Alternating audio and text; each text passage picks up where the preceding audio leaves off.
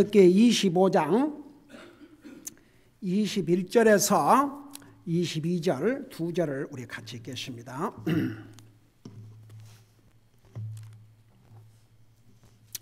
출애굽기 25장 21절 22절 우리 두 절을 같이 읽겠습니다.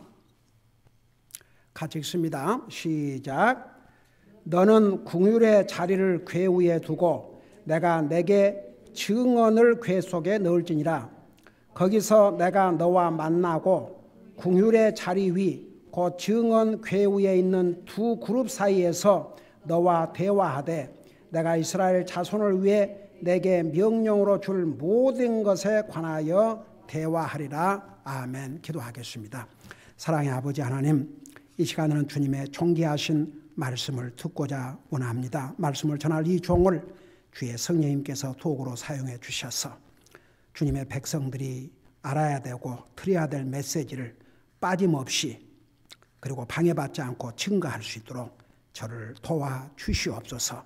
감사합니다. 사랑합니다. 예수님의 이름으로 감사 기도드리옵나이다. 아멘. 앉으시기 바랍니다. 자, 오늘도 계속해서 하나님께서 모세를 통해서 지으라고 하신 그 성막에 대해서 공부하도록 하겠습니다. 여러분, 하나님께서 모세를 통해서 이스라엘 백성들에게 세우라고 한 성막의 그 중요한 의미가 무엇인지 지난 주일에 자세하게 전했지요. 그리고 이제 그 성막에 무슨 이제 집기를 둘 것이며 그것들을 어떤 사이즈로 만들 것이며 이런 걸 다 하나님께서 일일이 알려주셨습니다. 자, 나중에 하나님께서 그 모세를 통해서 이제 광야에다 성막을 지으셨지만 나중에는 다윗에게 우리 하나님께서 그걸 다 이제 다시 가르쳐 주셨고 그 다음에 그 아들 솔로몬 때에 이제 성막을 지었죠. 지금 광야에서 성막을 지을 때는 텐트로 지었습니다. 텐트. 그러나 그 안에 놓여 있는 집기들은요, 하나님께서 아주 세밀하게 자세하게 모든 청사진을 다 주시고 그리고 순금으로 다 그걸 입히도록 하셨습니다. 그래서 특별히 지난주에 그 성막의 구조를 여러분들에게 보여줬죠. 잠깐 그림으로.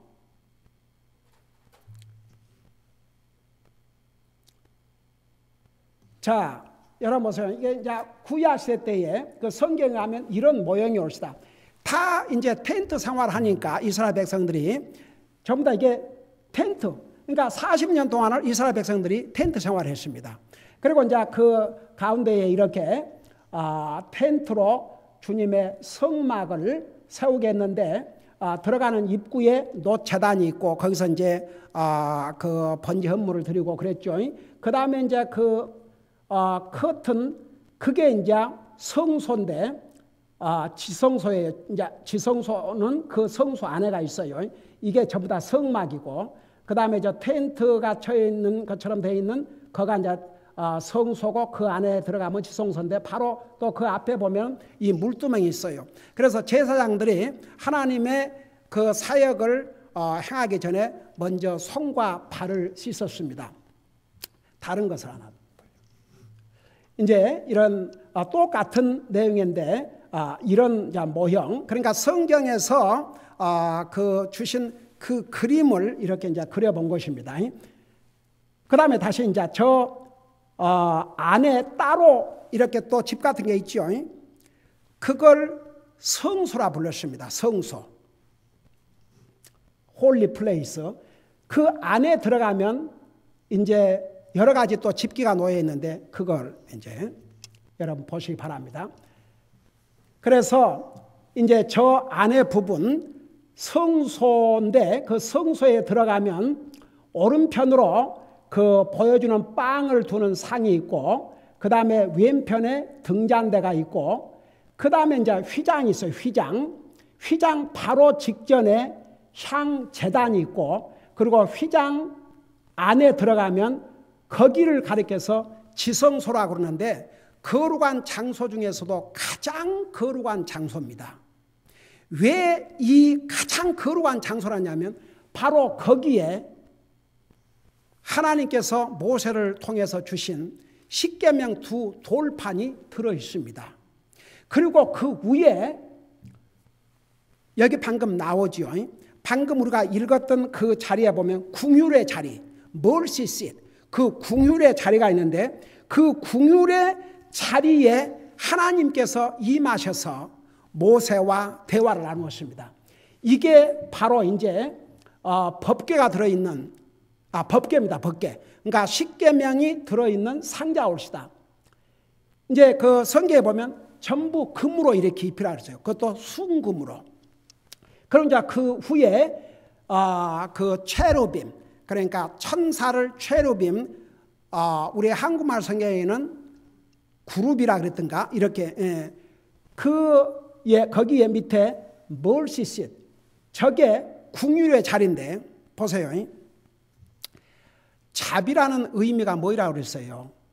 자비는 마땅히 하나님의 말씀을 불순종하고 범죄한 백성들을 당장 벌을 내리시고 심판하셔야 함에도 불구하고 그 죄인을 향해서 참고 기다리신 것이 하나님의 자비입니다. 만일에 하나님께서 하나님의 말씀을 불순종할 때마다 다 죽여버린다면 이 세상에 살아남을 사람이 한 사람도 없습니다. 그런데 하나님께서 우리 인생들에게 자비를 베풀어 주셔서 잘못을 해도 바로 안 죽입니다.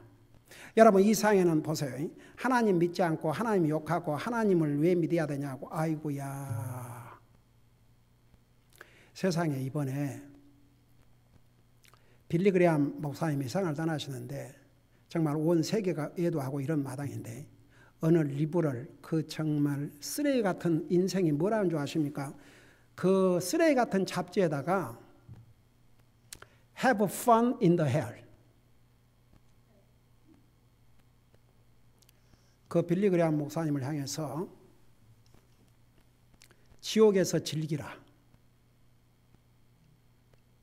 이게 있을 수 있는 일입니까? 여러분 그 빌리 그레함 목사님이 전한 메시지는 딱 하나예요. 우리는 죄인이요. 하나님께서 우리 죄인을 사랑하셔서 우리 인생에 구원의 길을 열어주셨다. 그 죄를 회개하고 예수님 믿어야 구원받는다. 그걸 평생 전했어요. 그러니까 그거 싫어가지고 그 인생이 그 말한 인생이 그래도 지옥은 믿는 모양이죠. 여러분 지옥을 누가 간 줄 아십니까?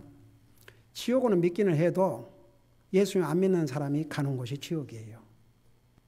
옛날에 이 LA 지역에 큰 불이 났습니다. 기자들이 보도하면서 뭐라는 줄 아십니까? 지옥을 연상케 했다. 지옥을 방불케 했다. 그 사람들 하나님 믿지 않지만 지옥은 불타는 곳이라는 것은 다 압니다. 지옥은 고통받는 곳이라는 거 다 압니다. 미국에서 가장 악한 욕이 뭔 줄 아십니까? 지옥가라는 것입니다. 사람들은 그거 원치 않습니다. 그런데도 그 지옥을 안 갈 길을 하나님께 주셨는데 그 길은 받아들이지 않는 거죠. 자, 이 멀시싯, 이 궁율의 자리에 하나님께서 임재하셨습니다. 그래서 저 자리는 모세가 들어갔고 나중에 아론이 들어갔고 그 다음에 제사장 중에서도 대제사장만 여기를 들어갔습니다. 1년에 딱 한 번 자기의 죄와 그건 이제 뒤에 나와요. 그 다음에 백성의 죄들을 대신해서 그러니까 그 외에 제사장이 날지라도 저기 들어가면 바로 죽음을 면치 못했습니다. 여러분 그거 아세요? 이스라엘 백성들이 범죄해가지고 나중에 이 법궤를 빼앗겼지 않습니까? 기억나세요? 그래서 다시 그 법궤를 이제 찾게 됐어요. 그래 법궤를 찾아가지고 오는 길에 마차가 원래는 그 법궤 막대기로 들어야 되고 제사장들이 들고 가야 됩니다.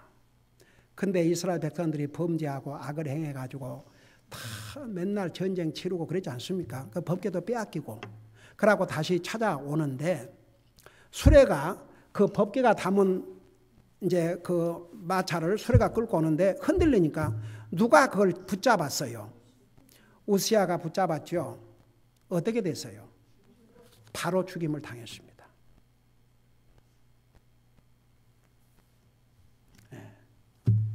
그래서 저 궁율의 자리 거기에 하나님께서 임재하셨는데 하나님은 영이세요.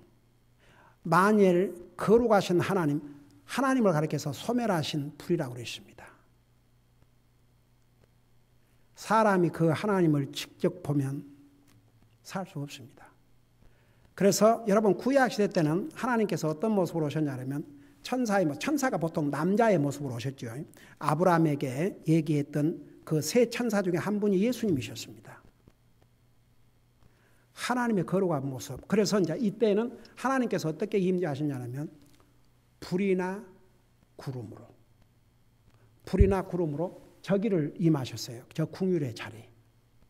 저게 하나님의 보좌였습니다. 그 당시에는. 오늘 아침 우리 성경 공부에서 배웠죠. 그래서 이 그 성막의 전체적인 의미는 하나님께서 사람들과 함께 사심을 상징하는 것이었습니다. 그래서 이스라엘 백성들에게는 이 성막이 굉장히 중요한 의미를 가졌습니다. 그리고 하나님께서 친히 이스라엘 백성을 다스리는 하나의 중심지였습니다. 그래서 성막이 이스라엘 백성들에게는 그렇게 중요했습니다. 자, 지금은 이제 다시 성막. 그래서 이제 광야 생활할 때는 이런 모습이었지만 나중에 솔로몬이 이제 똑같은 식양대로 지었지만 그 건축은 어마어마하게 아주 광대하고 화려하게 나중에 솔로몬이 지었죠. 이제 그때 그 솔로몬 이제 나중에 다윗이 그 물자를 다 준비해가지고 똑같은 식양대로 솔로몬이 이제 지었지 않습니까? 그 모습을 이렇게 상상해서 딱 보면 이런 모습이 나옵니다. 엄청나지요? 예. 그래서 거기 보면은 다 금으로 이렇게 하고 뭘 하고 이게 얼마나 그 자세하게, 그러니까 하나님께 주신 청사진 블루프린트 그대로 이제 나중에 솔로몬을 통해서 세웠죠. 근데 보세요. 그 성전을 세운 다음에 솔로몬이 하나님 앞에 뭐라 기도했습니까? 주여, 이 백성들이 하나님 앞에 범죄하고 그래서 이제 하나님께서 징계하셔서 전쟁의 포로로 잡혀가든지 하여간 그랬을 때 이 전을 향해서 기도하면 하나님께서 하늘로부터 그 기도를 들으시고 주의 백성을 건져 주시옵소서. 또 주의 백성들이 범죄해서 이 땅에 기근이나 질병이 왔을 때 이 성전을 향해서 기도하면 주께서 그 기도를 들으시고 이 백성을 재앙으로부터 건져 주시옵소서. 심지어는 이스라엘 백성이 아닌 이방 사람이라도 하나님에 대한 소문을 듣고 이 성전에 대한 소문을 듣고 이곳을 향해서 기도하면 그들의 기도를 들으시고 저들을 건져 주시옵소서. 이 성전을 하나님 앞에 헌당하면서 기도하니까 하나님께서 불로 응답을 하지 않습니까? 그래서 이런 중요한 의미가 있는데, 자, 오늘은 그래서 이제 25장에는 크게는 성막을 만들고 그 다음에 그 안에 있는 내용물들은 어떻게 하고, 그 다음에 이제 26장 출애굽기 26장에 가면 그 텐트를 어떻게 만들고 그 다음에 지성소로 들어가는 그 휘장을 어떻게 만들고 그 치수 뭐 그런 거 자료는 뭘 쓰고 이런 걸 자세하게 나와 있습니다. 그리고 이제 27장에 가면은 그 외에도 안에 들어있는 이제 그 지성소 안에 들어있는 여러 가지 것들 다른 또 그 그림 말고 또 안에 있는 거. 지성소 안에. 이거인가? 오케이. 지성소 안에. 다시. 오케이. 자, 그래서 저 놋재단에 대해서 물두멍에 대해서 지난번에 이제 자세하게 설명했어요. 그 다음에 이제 저게 성소입니다. 그 안에 성소 안에 들어가면은 이제 왼쪽에 등잔대가 있고 그 다음에 오른쪽으로 보여주는 빵이 있고 그 다음에 휘장이 있고 그 다음에 언약궤. 그래서 그 휘장 안을 언약궤라 그러는데 지성소라고 그러는데 가장 거룩한 장소 거기에 언약궤가 있고 그 다음에 하나님의 그 궁율의 자리가 있고 그거 조금 전에 봤죠. 그러면 이제 여기 들어있는 법궤부터 좀 설명을 할게요. 여러분이 잘 아시다시피 이 법궤는 하나님의 언약인 그러니까 십계명이지만 하나님께서 주신 언약이 옳시다. 그 계명을 두 돌을 담아둔 자리예요. 그래서 이제 이 법궤 위에다가 저렇게 궁율의 자리를 만들어 놓고 주님이 불이나 구름으로 임재하시고 모세와 대화를 했어요. 자, 그걸 생각하면서 잠깐 우리가 읽었던 출애굽기 25장 21절 22절을 다시 한번 보시기 바랍니다. 거기 보니까 너는 궁율의 자리를 궤 위에 두고 그래서 궤 위에 두고 내가 내게 줄 증언을 궤 속에 넣을지니라. 그리고 22절에 거기서 내가 너와 만나고 궁율의 자리 위 곧 증언 궤 위에 있는 두 그룹 사이에서 그러니까 저 두 궁율의 자리 두 그룹 사이 거기에 우리 하나님께서 구름이나 불의 형상으로 나타나셔가지고 모세와 대화를 나누었습니다. 너와 대화하되 내가 이스라엘 자손을 위해 내게 명령으로 줄 모든 것에 관하여 대화하리라 그랬어요. 그래놓고 나서 이제 다시 그 안에 내부 자 저기 이제 휘장 요 휘장이 중요한 의미를 갖고 있습니다. 저 휘장은 똑같은 성소지만 그 안에가 다 성소지만 거룩한 장소지만 저 안에는 거룩한 장소 중에서도 가장 거룩한 장소입니다. 왜 가장 거룩한 장소냐? 바로 거기에 하나님이 임재를 하셨기 때문에. 그래서 이 휘장이라고 그래주고 휘장 커튼이에요. 커튼 쉽게 말하면. 이제 나중에 26장에 가면은 그 커튼을 어떻게 만들고 어떻게 해서 붙이라는 거 그다음에 이제 이 바깥에서 성소로 들어가는 커튼도 있지만 이 특별히 지성소 가장 거룩한 장소와 그냥 거룩한 장소를 구별하는 저 휘장 저 의미가 어떤 의미냐? 거룩하신 하나님을 하나님이 허락하신 대제사장 외에 들어가면 죽임을 면치 못했습니다. 그래서 거룩하신 하나님과 죄를 지은 사람과의 사이를 이렇게 가로막았습니다. 여러분 우리 옛날에 에베소서 공부하면서 자세히 공부했죠. 예수 그리스도께서 십자가에 죽으심으로 그 벽을 헐었다고 그랬습니다. 그리고 예수님께서 십자가에 돌아가실 때에 많은 사건들이 일어났는데 죽은 자들이 부활을 하는 사건, 무덤들이 열리고 죽은 자가 특별히 구원받고 죽은 자들이 무덤에서 일어났고 그 다음에 바로 이 성소에서 지성소로 들어가는 그러니까 거룩한 장소에서 가장 거룩한 장소로 성소에서 지성소로 들어가는 그 휘장이 위에서부터 아래로 둘로 찢어졌습니다. 그래서 보세요.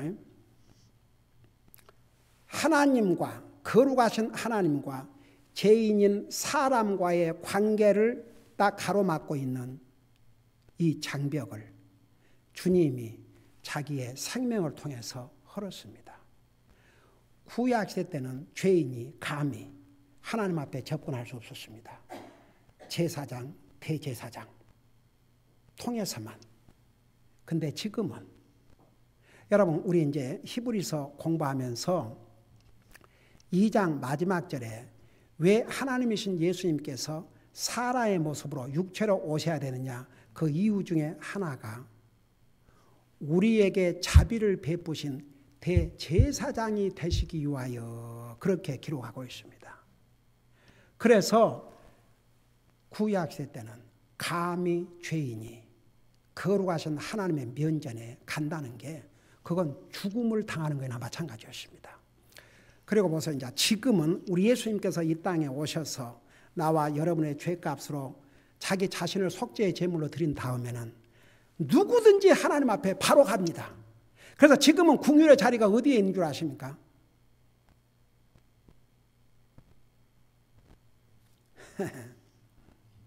여러분 눈으로 직접 보세요. 우리 히브리서 4장을 보시 바랍니다. 히브리서 4장.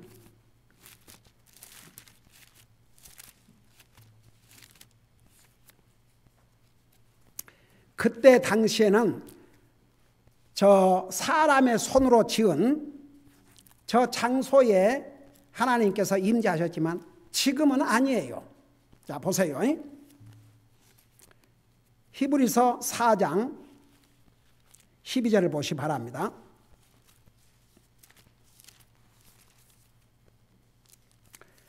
자, 거기 보니까 뭐라 그러냐면 16절 찾았어요.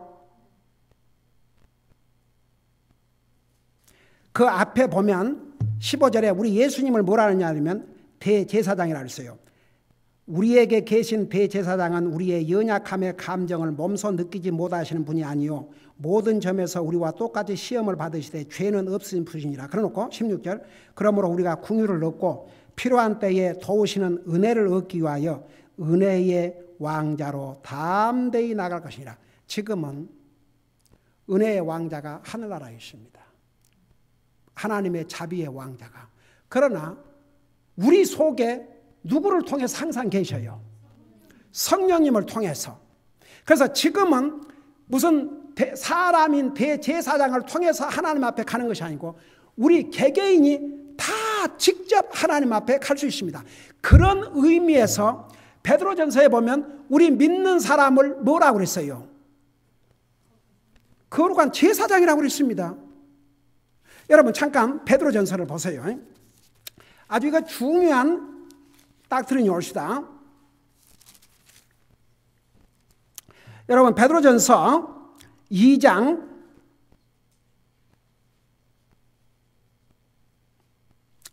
9절에 보면 이런 말씀을 기록하고 있습니다.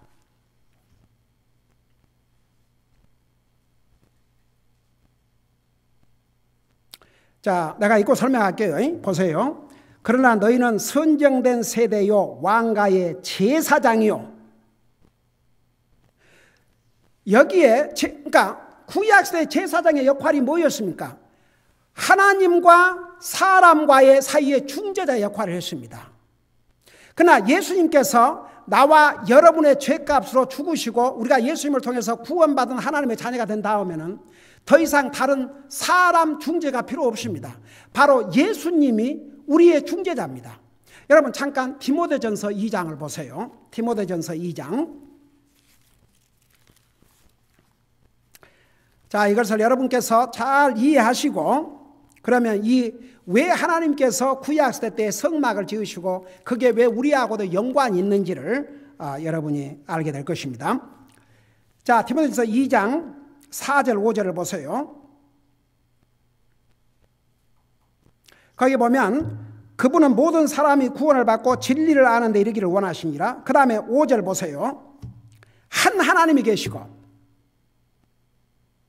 자, 아버지도 하나님, 아들도 하나님, 성령님도 하나님이세요. 그런 의미에서 한 하나님이세요. 세 하나님이 아니에요. 아들로서의 하나님, 아버지로서 하나님, 성령님으로서 하나님. 그래서 이 한 하나님이 계시고 하나님과 사람들 사이에 한 중재자가 계신다고 그랬어요. 근데 그 중재가 누구냐? 곧 사람이신 그리스도 예수님이시니라. 그래서 예수님께서 지금은 하나님과 사람과의 중재자세요. 사람인 제사장이 필요가 없습니다. 자, 그래서 저 휘장은 구약시대 때에 거룩하신 하나님, 죄인인 사람이 접근하지 못하도록 막는 하나의 벽이었습니다. 그러나 우리 예수님께서 나와 여러분의 죄를 대신해서 십자가에 죽으심으로 원수가 된 하나님과의 관계를 화목하게 하시고 예수님 자신이 속죄의 제물로 자신을 드린 다음에는 더 이상 짐승의 헌물을 하나님께 드릴 필요가 없게 되십니다. 그러나 구약시대 때는 저 성소의 휘장을 넘어선 날에는 대제사장 외에는 죽임을 면치 못했습니다. 여러분, 우리는 죄인입니다. 하나님은 거룩하신 하나님이십니다. 죄인이 거룩하신 하나님을 접근한다는 게 용납되지 못했습니다. 그런 우리가 지금은 예수 그리스도를 통해서 anytime 여러분, 목사를 통해서 할 필요 없어요. 여러분이 나의 주님 찾으면 언제든지 여러분은 주님의 보좌를 드나들 수 있습니다. 얼마나 우리는 복된 사람입니까? 그러나 그때는 그랬습니다. 그래서 이제 그 성소의 휘장의 의미가 그런 의미입니다. 그리고 이제 거기에 빵을 차려놓은 상이 있죠. 이제 하나님께서 여러분 그거 아세요? 다윗이 그 사울 왕이 죽이려고 그러니까 피해 도망 다니다가 며칠을 굶어가지고 먹을 것이 없어가지고 바로 이 성소에 지성소에 진열한 빵을 좀 달라고 그러지 않습니까? 하나님께서 그 다윗에게 빵을 주셨죠. 여러분, 그 빵은 무엇을 상징했냐 그러면 우리 육신 빵 있어야 됩니다. 육신의 빵을 먹고 살아야 됩니다. 여러분, 하나님께서 이스라엘 백성들에게 가나안 40년 동안 생활하면서 이스라엘 백성들이 배가 안 고프게도 만드실 수 있어요, 없어요? 하나님의 능력은 불가능한 것이 없으니까 아예 배가 안 고프게 만드시고 안 먹어도 살게 해주셔요. 근데 보세요. 이제 하나님께서 세상에 질서를 주시는데 두 가지 질서. 자연 질서와 특별한 질서. 자연 질서는 믿는 사람이나 안 믿는 사람이나 육신은 먹고 살게 하는 것이 하나님이 주신 자연 질서입니다. 그러면 기적은 뭐냐 그러면 하나님께서 특별한 목적을 위해서 자연 질서를 잠깐 중단하면 그리고 인간의 필요를 공급하시면 그게 기적이 됩니다. 그러니까 한 예를 들어서 우리 예수님께서 이 땅에 오셔서 물고기 2개와 빵 5개로 5,000명, 남자만 5,000명을 먹였습니다. 성경학자들이 그 먹은 여자와 아이들을 다 합하면 한 2만 명 정도 생각합니다. 그건 이게 정상적으로 빵 5개와 물고기 2개로 그렇게 먹일 수 있어요, 없어요? 하나님의 주신 일반 원리에 의하면 불가능합니다. 그러니까 하나님께서 기적을 베풀어 주신 거예요. 그래서 계속 그 빵이 불어나도록 해가지고 그 많은 사람들이 먹고도 몇 바구니가 남겨졌다고 그랬어요? 12바구니가 남겼습니다. 이게 하나님의 기적입니다. 여러분 보세요. 우리가 지금 세상에 하나님 안 믿고도 활개치고 사는 사람들 하나님의 기적입니다. 우리가 구원받고 하나님의 자녀라고 해서 우리가 죄짓지 않고 삽니까? 우리도 하나님 앞에 연약해서 잘못하고 그러지만 우리가 살아있는 게 하나님의 기적입니다. 하나님께서 베푸신 은혜와 자비가 아니면 이 세상에 살아갈 사람 한 사람도 없습니다. 모든 사람이 다 하나님의 은혜와 자비로 살아가지만 하나님 안 믿는 사람은 그게 하나님의 은혜와 자비 때문에 산다는 걸 깨닫지 못해요. 그러나 하나님의 자녀들인 우리는 그게 하나님의 은혜라는 것을 절대 잊으면 안 됩니다. 근데 보세요. 그걸 통해서 보세요. 이제 하나님께서 이제 우리 육신에 필요하니까 이스라엘 백성들도 40년 광야 생활할 때 하늘에서 만나를 내리셔갖고 먹였잖아요. 그래요, 안 그래요? 그랬죠. 근데 하나님께서 뭐라 하십니까? 우리 예수님이 이 땅에 오셔서 사람이 빵으로만 살 것이 아니요 뭐라 그랬어요? 하나님의 말씀으로 살 것이니라. 우리 사람은 짐승이 아닙니다. 하나님의 형상을 따라 지음받은 사람입니다. 사람이 하나님의 형상을 따라 지음받은 사람이 육신의 빵만 빵 이것만 생각해서 한다면 짐승입니다. 짐승 수준을 벗어날 수 없습니다. 사람은 영적인 존재입니다. 우리의 영혼을 살리는 하나님의 말씀. 그래서 계속 그걸 리마인드 시키는 거예요. 우리의 모든 우리 육신뿐만 아니라 영혼의 소스가 하나님이 주신 빵, 특별히 영적인 빵. 그래서 우리 영혼을 살리는 영적인 빵은 하나님의 말씀이라는 거. 우리가 육신 먹고 살지만, 우리가 육신 빵을 먹고 살지만 우리는 그것만으로만 살면 안 됩니다. 한번 여러분 생각해 보세요. 여러분이 구원받은 하나님의 자녀로서 정말 빵만 먹고 살 수 있습니까?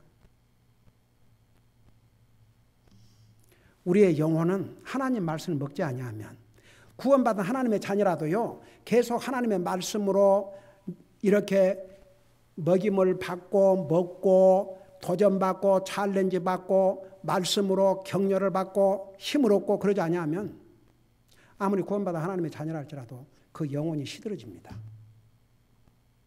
그러면 저 사람이 사는 것은 안 믿는 사람처럼 그렇게 삽니다. 이제. 여러분 그 주변에 그런 사람들 있어요. 근데 그것도 한계가 있습니다. 정말 주님을 믿는 진짜 구원받은 하나님의 자녀가 그렇게 살면 두 가지. 하나님은 사랑하는 자를 그대로 놔두지 않습니다. 그러니까 보세요. 저 보여주는 빵, 그건 사실 먹으라고 하는 것보다도 이렇게 디스플레이. 그래서 두 가지. 우리 육신의 빵 필요하지만 그것만으로는 살 수 없다는 거. 영적인 빵인 하나님의 말씀.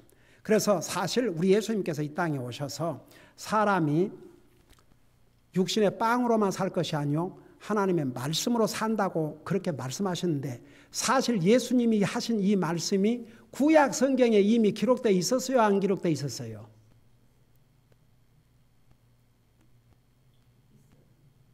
있었다면 어디에가 있었어요?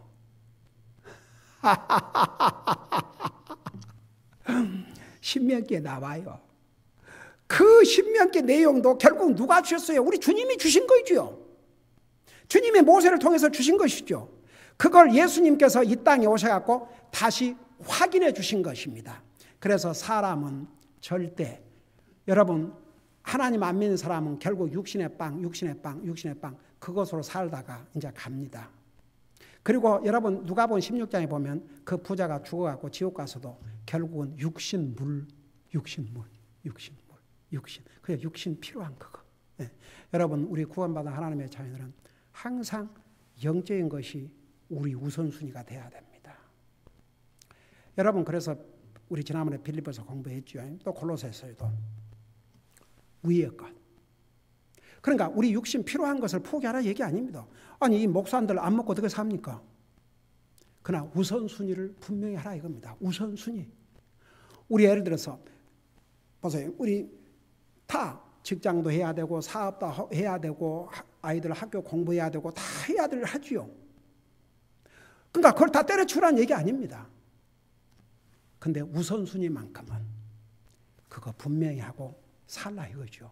그러니까 보세요. 이제 그런 의미로 저렇게 그 보여주는 빵을 주셨어요. 그러니까 사실은 어떤 면에서 보세요. 우리 예수님은 우리 육신에 필요한 것이 됐든지 영적인 필요가 됐든지 모든 우리 인생의 필요의 그 소스가, 그 근원이 바로 주님이십니다. 솔직히 말해서 하나님 안 믿는 사람이 뭐 그랬다지 않습니까? 그 아이언사이드 목사님이 음식을 놓고 감사 기도를 드리니까 그 같이 테이블에 앉았던 사람이 뭐 음식이 잘못됐냐고. 그거 다 알아요. 기도하는지. 근데 그렇게 놀리는 거죠. 그래서 하나님 앞에 감사 기도 드렸다고 그러니까 왜 하나님 앞에 감사냐고.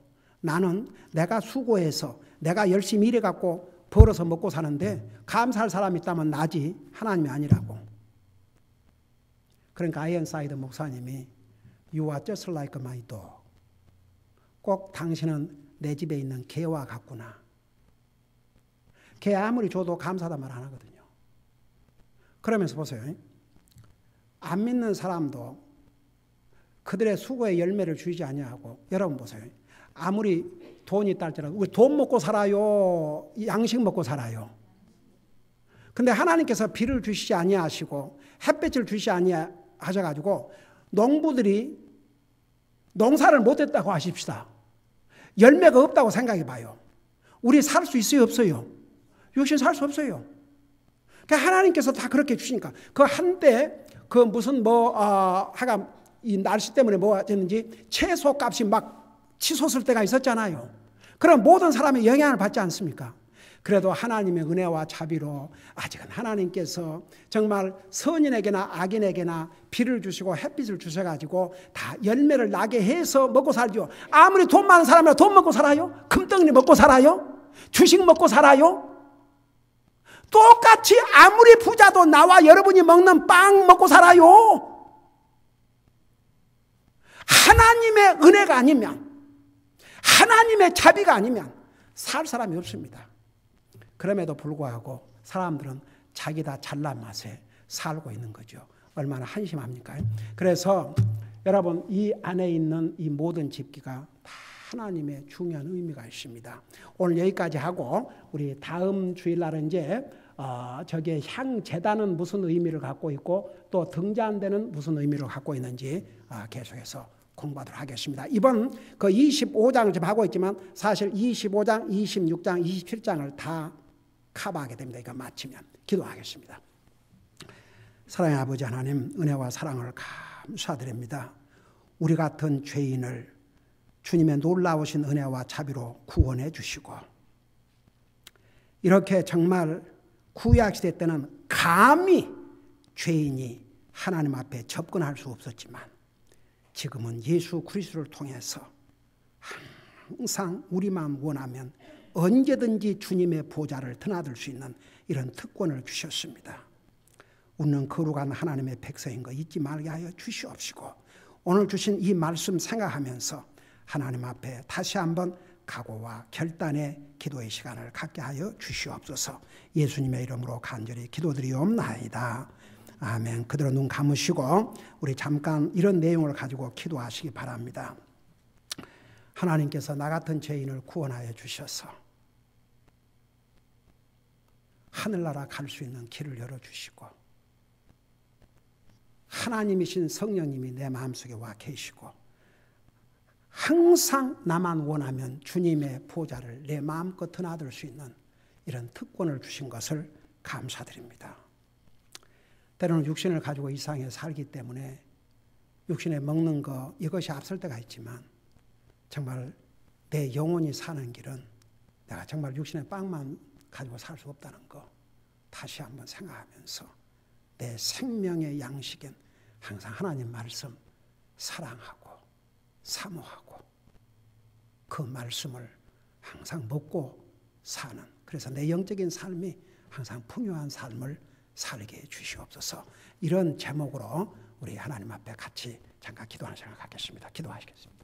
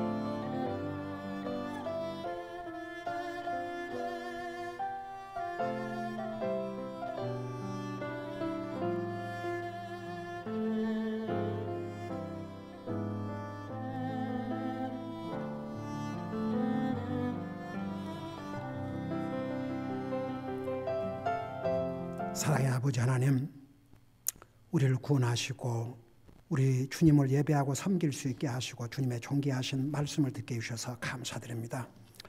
오늘 이 시간은 법궤의 의미, 또 그 빵을 차려온 상의 의미, 또 지성소로 들어가는 그 휘장의 의미를 우리가 배웠습니다. 무엇보다도 죄인인 우리가 구원받고 하나님의 자녀로서 언제든지 주님의 자비의 보좌를 드나들 수 있는 이런 특권을 우리에게 주셨다는 거 항상 감사하며 살게 하시고, 우리는 구원받은 하나님의 자녀로서 육신의 빵만으로는 살 수 없다는 거 항상 잊지 말고 말씀을 듣고 배우고 또 읽음으로 항상 우리의 영혼을 풍성히 먹일 수 있게 하여 주시옵시고, 그래서 우리 영적인 삶이 항상 풍요한 삶을 살 수 있도록 도와주시옵소서. 감사합니다. 사랑합니다. 예수님의 이름으로 감사 기도드리옵나이다. 아멘.